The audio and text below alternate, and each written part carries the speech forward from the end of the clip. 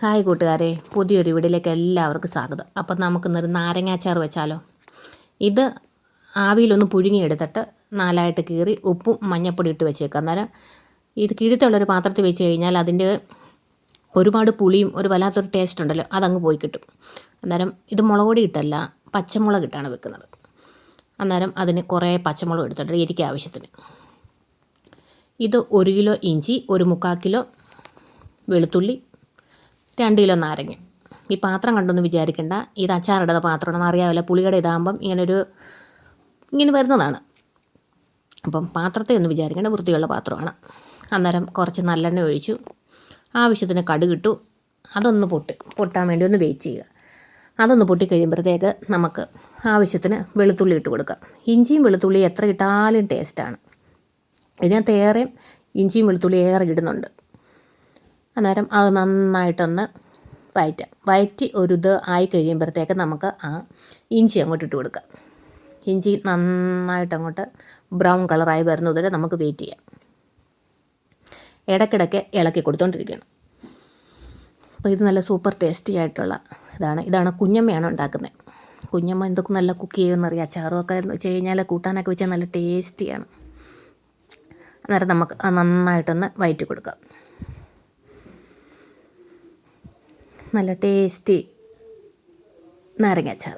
അന്നേരം അതിനകത്ത് നമുക്ക് പച്ചമുളകും കൂടെ ചേർക്കാം. കാന്താരി ആണെങ്കിൽ അതിലും ടേസ്റ്റാണ്, കാന്താരി ഒന്നും കിട്ടാനില്ല.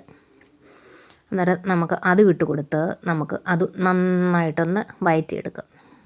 ഇത് വെള്ളമയം ഉണ്ടാവാനേ പാടില്ല. ഇത് എത്ര നാൾ വേണേലും പുറത്ത് വെച്ചേക്കാൻ പറ്റുന്ന നല്ല ടേസ്റ്റി ആയിട്ടുള്ള അച്ചാറാണ്. പിന്നെ കുറച്ച് വറ്റൽമുളകും കൂടി ഇട്ട് കൊടുക്കാം. കറിവേപ്പില ഇടുന്നില്ല. കറിവേപ്പില ഇട്ട് കഴിഞ്ഞാൽ എങ്ങനെയൊക്കെ കറിവേപ്പില ഇട്ടെന്ന് പറഞ്ഞാൽ അത് പൂക്കാൻ ചാൻസ് ഉണ്ട്. അന്നേരം നമുക്ക് അച്ചാറിനകത്തൊക്കെ കറിവേപ്പില ഇടാതിരിക്കുന്നതായിരിക്കും നല്ല. ഇതാ കണ്ടോ, നന്നായിട്ട് ഫ്രൈ ആയിട്ടുണ്ട്. പിന്നെ അതിനകത്തോട്ട് മഞ്ഞൾപ്പൊടി, കുറച്ച് ഉലുവാപ്പൊടി, പിന്നെ ആവശ്യത്തിന് ഉപ്പ് അത് ഇട്ട് കൊടുക്കാം. അപ്പോൾ നമുക്കിനി ഇതെല്ലാം ഫ്രൈ ആയിട്ടുണ്ട്. അപ്പോൾ നമുക്കിനി നാരങ്ങ, അതിൻ്റെ വെള്ളമൊക്കെ നന്നായിട്ട് ഒരുപാട് പുളിയും ഒരു വല്ലാത്ത ടേസ്റ്റ് അതൊക്കെ ഊറിപ്പോകും നമ്മൾ കുറച്ച് നേരം ഇങ്ങനെ വെച്ച് കഴിഞ്ഞാൽ. പിന്നെ ആ ഒരു മിക്സും കൂടി ഇട്ട് കൊടുക്കാം. പിന്നെ കുറച്ച് വിനാഗിരിയും കൂടി ഇട്ട് കൊടുക്കാം. അപ്പം നന്നായിട്ട് അതൊന്ന് മിക്സ് ചെയ്യണം. പിന്നെ ഇത് കുറച്ച് കായപ്പൊടി എന്നിട്ട് നമുക്ക് നന്നായിട്ടൊന്ന് മിക്സ് ചെയ്ത് കൊടുക്കാം. ഇത് നന്നായിട്ട് നല്ല ടേസ്റ്റി ആയിട്ടുള്ള, ഇത് നല്ല ടേസ്റ്റായിരുന്നു കേട്ടോ. അപ്പം നന്നായിട്ട് നമുക്കൊന്ന് മിക്സ് ചെയ്ത് കൊടുക്കാം.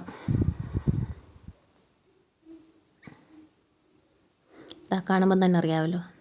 നിങ്ങളിങ്ങനെ വെച്ചിട്ടില്ലെങ്കിൽ ഒന്ന് വെച്ച് നോക്കണം കേട്ടോ. അപ്പോൾ ടേസ്റ്റി ആയിട്ടുള്ള നമ്മുടെ നാരങ്ങ അച്ചാർ റെഡി ആയിരിക്കുന്നു. അപ്പം ഇതെല്ലാം ഒന്ന് ആറി കഴിയുമ്പോഴത്തേക്ക് നമുക്കൊരു ബോട്ടിലിട്ട് ഫ്രിഡ്ജിൽ വെക്കേണ്ട കാര്യമില്ല, പുറത്ത് വെച്ചാലും മതി. അപ്പോൾ നിങ്ങളിതൊന്ന് ട്രൈ ചെയ്ത് നോക്കണം. അപ്പം എല്ലാവരും നിങ്ങളുടെ വിലയേറിയ കമൻറ്റുകളൊക്കെ രേഖപ്പെടുത്തണം. സബ്സ്ക്രൈബ് ചെയ്യാത്തവർ സബ്സ്ക്രൈബ് ചെയ്യണം.